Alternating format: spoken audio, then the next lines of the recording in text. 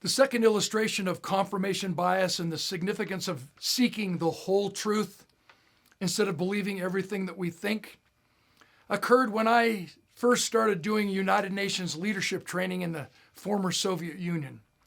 The year was 1991. Historically, the Berlin Wall came down in 1989, so the international spirit of let freedom ring was alive and well. Glasnost, the collapse of the Soviet Union, was well underway when I first showed up with the United Nations leadership team. 15 of us who followed a previous 15-member team, and I was in charge of conducting and producing huge events with sometimes 3,000 people in attendance, most of whom were military brass, educators, and the medical profession. I was the first ever American to appear on national Russian television. While I was there, my speech was broadcast live on Moscow 1, the national and government owned and operated and controlled television station. My 90-minute speech was broadcast live to all 15 Commonwealth of Independent States. Wow, I could have started World War III. And using a translator, I had an extraordinary experience, and my speech really lasted almost 2 hours because of the interruptions back and forth for the translator. And because it was broadcast live, out of curiosity, I wanted to have them take me back to the television station so that I could actually watch my presentation, watch my speech, and then ask the very compelling question to someone who spoke Russian and English: did my translator tell the truth? Did my translator actually give the speech that I delivered?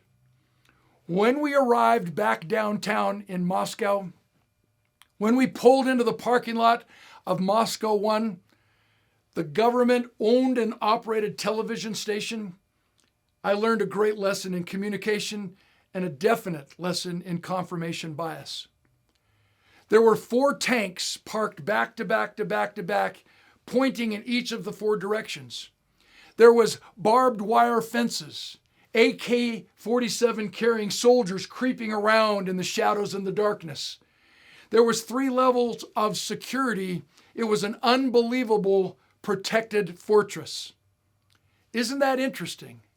That the most highly guarded and fortified building in all of Moscow was not the Kremlin, and it was not the White House where I'd had a chance to speak. It was not another government agency.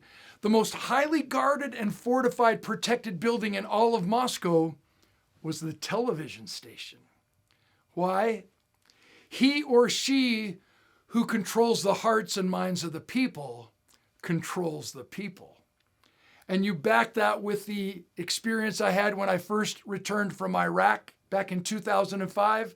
He or she who asks the questions is in control of the conversation, and he or she who controls the conversation controls the hearts and minds of the people, which controls the people. Be careful of where you're finding your news, and I challenge all of us to always seek the whole truth